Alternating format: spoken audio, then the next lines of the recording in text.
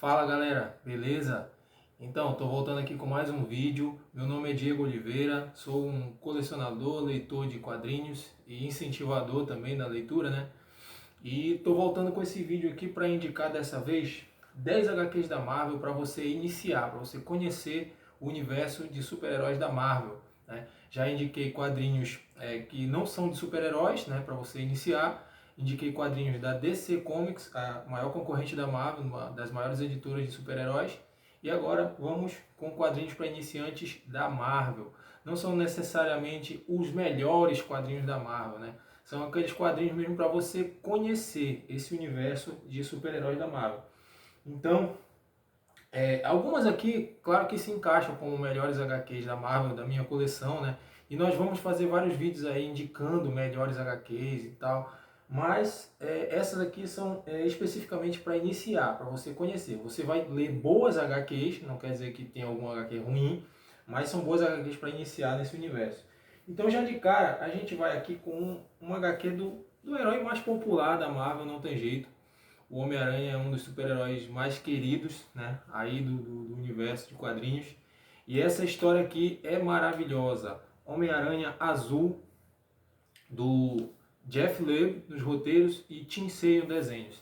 Aqui nós temos uma, digamos assim, uma revisitação às histórias clássicas do Homem-Aranha, né? Homem-Aranha Azul simboliza assim a cor digamos assim, da melancolia, da saudade que ele sente da namorada dele, a Gwen Stacy, né? Aqui nós começamos com o Homem-Aranha indo visitar a ponte, né, onde aconteceu a tragédia da morte da Gwen Stacy, né, que morreu pelas mãos do Duende Verde, né? E ele vai relembrando, né, vários momentos ali que o levaram a se apaixonar pela Gwen, né?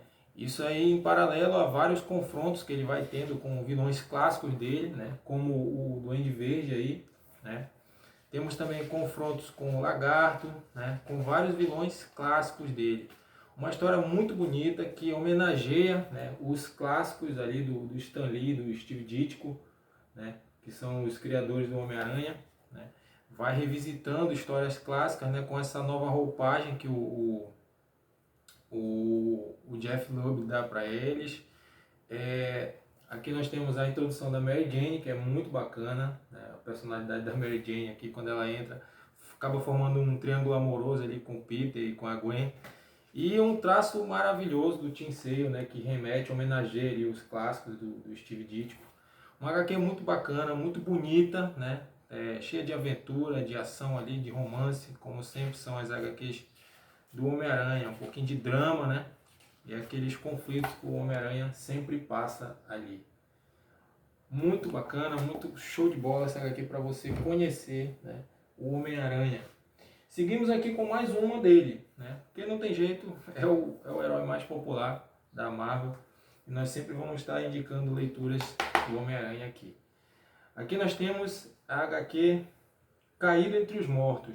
Nessa versão aqui, ela foi dividida em duas partes, tá? Mas ela já foi lançada pela editora Panini em mensais, né? E aqui nós temos a edição da coleção definitiva da Salvat, que lançou assim, né, em formato de graphic novels, capa dura. Aqui em duas partes, a primeira, Caído entre os Mortos, que é o título original da história, e a segunda, Herói da Resistência. Aqui nós temos uma história essencialmente de ação do Homem-Aranha, tá? É ação literalmente do começo ao fim. Nós temos aqui a Tia May passa por um sequestro, né? E o Peter vai ter que descobrir quem foi, né, que comandou esse sequestro, né? Ele começa já na ação, num confronto aqui com o Duende Verde, né? E como sempre, né, as histórias do Homem-Aranha envolvem muita ação, muita porradaria, né? E é assim que eu gosto. Eu não gosto das histórias do Homem-Aranha que cai muito para aquele melodrama, né? Aquela coisa chorosa, digamos assim, né? Tem que saber intercalar. E o Mark Millar é o roteirista aqui dessa edição. Mark Millar com o desenho do Terry Dodson e intercalando ali com o Frank Cho. O Mark Millar sabe dosar muito bem isso, né? Então vão aparecendo vários vilões ali do Homem-Aranha, né? Ele vai suspeitando, né, quem foi que ordenou ali o sequestro da Tia May. E desesperado ele vai, né, investigar né, confrontar vários vilões dele. E aqui é o seguinte, o Homem-Aranha não tem paz. Ele vai enfrentando um, vai aparecendo o outro, né? Sempre entrando em confronto com alguns vilões clássicos da galeria dele, o Electro, né? Doutor Octopus, Duende Verde, todos vão aparecendo ali. E o pau vai quebrando a cada página. O Homem-Aranha simplesmente não tem paz, né? Sempre vai aparecendo alguém ali. Quando ele está se recuperando de um quebra-pau ali, aparece outro, até no hospital ali, né? Acaba tendo um confronto aqui com o Abutre. E cara, tem gente que torce o nariz para essa história, mas eu acho sensacional. Para quem gosta de muita ação, né? Concordo que às vezes ela dá uma prolongada, mas eu acho uma história fantástica do Homem-Aranha, né? Vou mostrar um pouco aqui da arte da segunda edição aqui para vocês, né? A arte do Terry Dodson, né? E tem a arte desse cara aqui, né? O Terry Dodson, que é muito fera, cara. Desenha muito bem, gosto muito do traço dele, né? Tem um confronto aqui com o Venom, ó, dentro da escola onde o Peter está dando aula. Aqui nessa fase o Peter é professor da escola onde ele já estudou. Cara, muito bacana. Para quem curte Homem-Aranha, para quem gosta dos filmes ali, né, principalmente os primeiros do Sam Raimi, né, onde a gente vê muita ação, o Peter trocando soco ali com os vilões, essa história é um prato cheio. Aqui nós vamos para Eu, Wolverine, né? Eu, Wolverine do Chris Claremont com desenhos do Frank Miller. Dois monstros aí, né? O Chris Claremont passou uma fase longa aí na frente dos X-Men, reformulou os mutantes, e aqui ele volta para escrever a primeira história solo do Wolverine, junto com esse desenhista maravilhoso, que também é roteirista, mas aqui só desenha, o Frank Miller, né? E aqui nós temos uma história do Wolverine, onde ele vai descobrir que uma ex-namorada dele, a Mariko Yashida, uma japonesa que ele já namorou, está prometida para se casar com um verdadeiro canalha, né? E apoiada pelo pai dela, né? A se casar justamente por interesses, né, financeiros, políticos, né? E esse cara que ela vai se casar, inclusive bate nela, né, maltrata ela, e quando o Logan descobre isso, ele fica doido e vai até o Japão para resolver essa situação. Só que o pai da Mariko é um exímio samurai que comanda ali digamos assim, um clã, né? E acaba que ele monta uma armadilha para o Logan, né? Para poder se sobressair ali num confronto direto com ele. Então a gente vai ter aqui o Logan enfrentando ninjas do tentáculo, né? Muita porrada, muita violência, muita ação, como é de costume nas histórias do Wolverine. Mas essa aqui foi a primeira, assim, que nós vimos o Wolverine mesmo, conhecemos a essência do Wolverine, né? Aquela coisa de honra, né? Aquele envolvimento dele com a cultura oriental, enfrentando ali, né, samurais e tal. Cara, isso aqui é sensacional, uma narrativa maravilhosa, né, do Chris Claremont com o Frank Miller, né? Como sempre, destruindo aqui. E muito bacana mesmo. Temos confrontos aqui do Wolverine, né, com os samurais. Uma narrativa sempre fantástica do Frank Miller. Tá? Então tá aí, Eu, Wolverine. Vamos aqui para mais uma do Wolverine. Agora o velho Logan. O velho Logan do Mark Millar e do Steve McNiven. Aqui nós temos uma história num futuro distópico da Marvel, né, onde acontece que os vilões eles venceram, né, os vilões armaram um plano ali, um plano para se unir, né, e derrotar de vez os super-heróis. Eles se organizam, derrotam, né, e aqui nós temos um futuro onde os Estados Unidos são dominados por esses vilões, né? E o Logan, né, se isolou ali da sociedade, acaba construindo uma família, né, vivendo ali numa fazenda e vive em paz. Ele, em um momento da história aqui, né, ele revela ao Gavião Arqueiro. O Gavião Arqueiro aparece aqui, né, para chamar o Logan para uma viagem para transportar uma certa encomenda, né, pelo país. O Logan de primeira não aceita, mas aí acontece que essa fazenda onde o Logan vive, ela é comandada pela família do Hulk. O Hulk aqui acabou se tornando um vilão. E ele tem netos, filhos e netos que são cobradores de impostos dessa fazenda onde o Logan mora.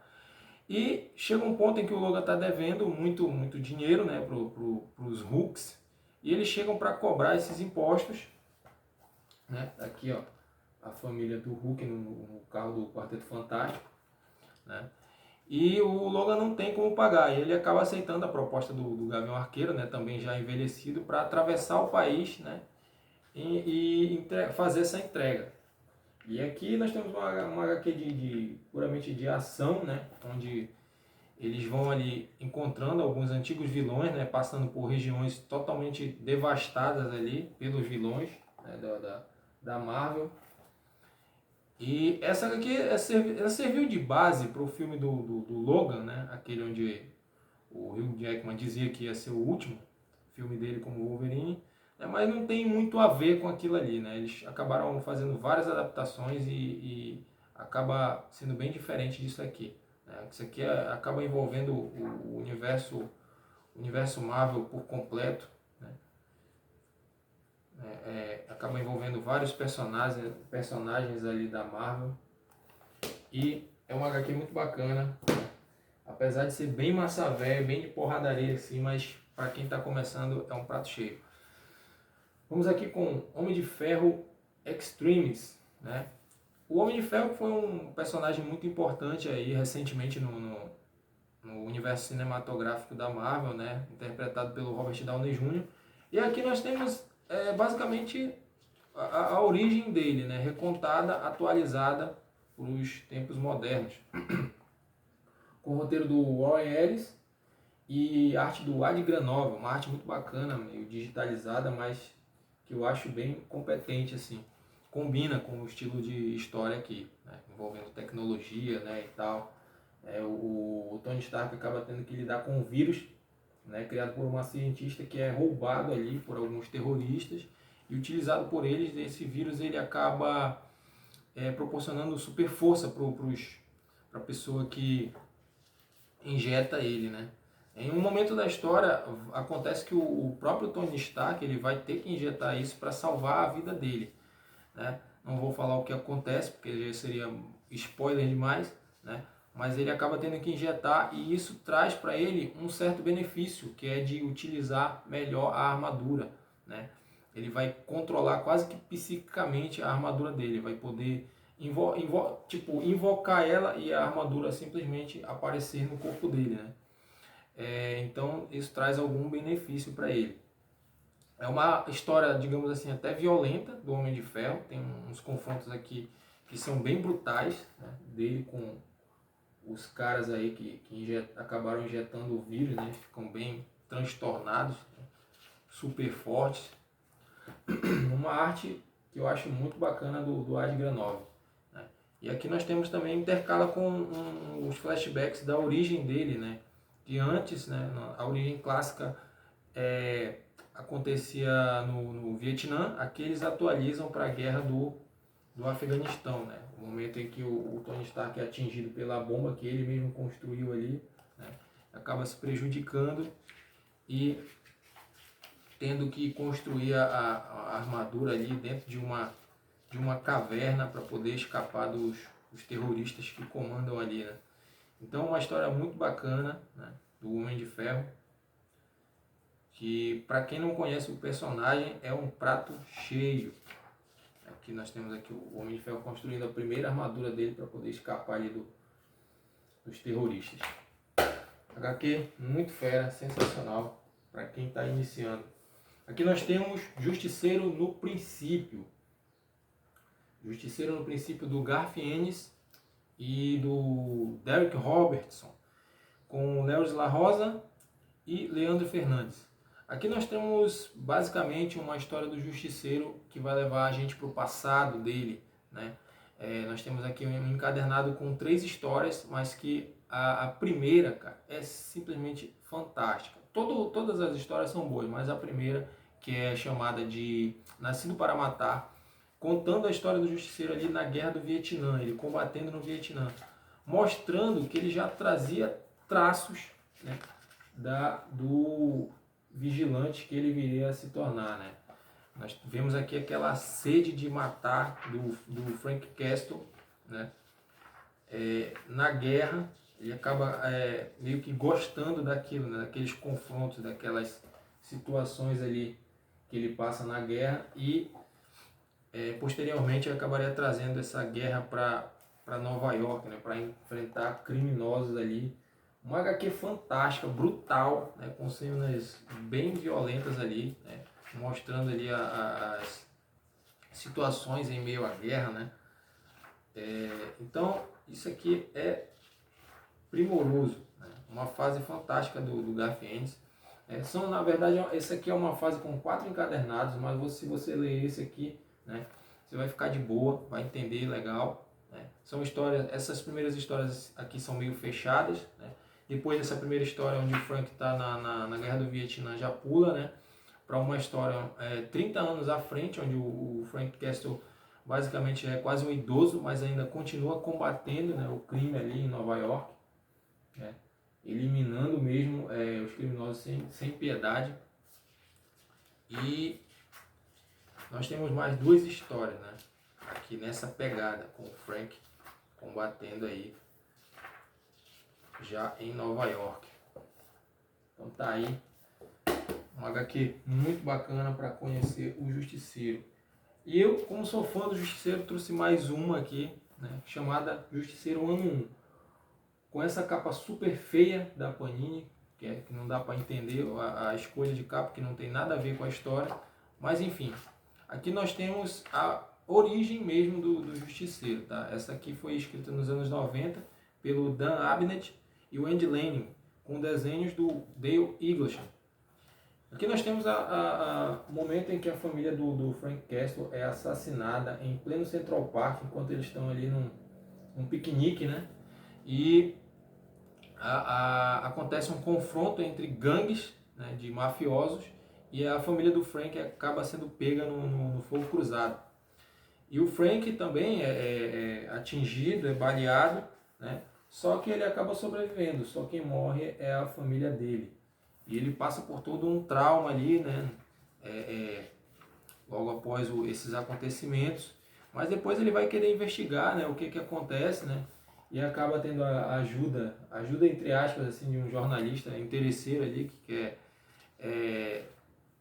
num primeiro momento, não quer exatamente ajudar o Frank. Na verdade, o que ele quer é a matéria, né, da tragédia da vida do Frank. E depois o Frank vai procurar, né, os responsáveis ali da tragédia, né, que acometeu a vida dele. Então é uma HQ muito bacana, não é nada espetacular, ela tem um clima ali de filmes de ação ali dos anos 90, né? Mostrando aquele cara bruto, né? Guerreiro, digamos assim, um exército de um homem só, enfrentando, né? Começando ali a enfrentar o crime, a eliminar, né, os criminosos da cidade. HQ muito bacana para conhecer o personagem. Aqui nós temos uma HQ de mais um personagem que eu sou fã da Marvel, que é o Demolidor. Essa aqui, Demolidor, o Homem Sem Medo, né? Do Frank Miller e do John Romita Jr. John Romita Jr., que tem uma arte polêmica, né, que divide opiniões, mas que aqui eu acho que o trabalho dele é primoroso. Uma narrativa muito bacana, né? Um estilo de arte que combina aqui com a história, mostrando a origem mesmo do Matt Murdock, né? Ele ali, garotinho, né, agindo ali na cozinha do inferno, que é o bairro onde ele mora, e ganhando os poderes dele após um acidente, né, que é ocasionado no momento em que ele salva um senhor de idade, que inclusive é cego, né, de ser atropelado por um caminhão. Só que acontece que esse caminhão vinha carregando alguns isótopos radioativos, né, na sua carroceria ali, e esses isótopos acabam caindo nos olhos do Matt e cegando ele, né? Ele, né, vai ganhando habilidades ali, onde ele consegue rastrear, apesar de não ter visão, ele consegue rastrear tudo que está ao redor dele, né? Saber o que acontece ao redor dele, né, com sentidos ampliados ali. E ele acaba tendo a ajuda de um coroa aqui, o Stick, que é meio que um ninja, né? Que ajuda ele, que também é cego, que ajuda ele a controlar esses super sentidos dele. Nós temos aqui também a primeira aparição da Elektra, né, numa abordagem fantástica aqui do Frank Miller. Temos aqui, essa HQ ela serviu de base para a primeira temporada do Demolidor na Netflix, né, da série do Demolidor. Então nós vamos ver aqui o Matt Murdock usando aquele uniforme caseiro, né, com a bandana cobrindo os olhos aqui, todo preto. E ele viria a utilizar o uniforme vermelho só mais para frente.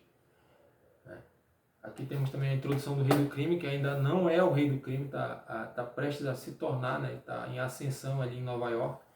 E é uma HQ de origem mesmo, muito bacana para conhecer o personagem e, consequentemente, a Marvel.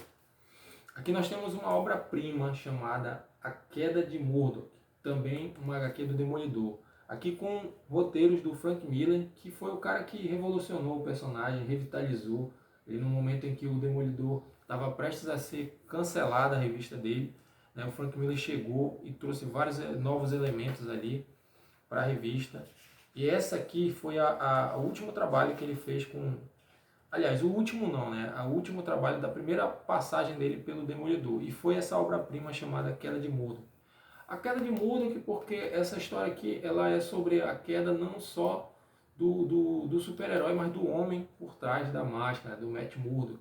Aqui a identidade do Demolidor, né, a identidade secreta do Demolidor, acaba caindo nas mãos do Rei do Crime, após a ex-namorada do Demolidor, a Karen Page, né, vender essa identidade secreta dele em troca de um pico de heroína. Acontece que após o momento em que ela se separa do Matt ali, do Matt Murdock, ela vai tentar a sorte na carreira de atriz e acaba se frustrando e entrando para a indústria pornográfica, né, de filmes adultos ali. E quando ela faz isso, quando ela vende a identidade do Matt, a informação acaba caindo nas mãos do Rei do Crime, né, o maior inimigo do Matt Murdock, né, que tem controle praticamente de tudo ali na cidade de Nova York.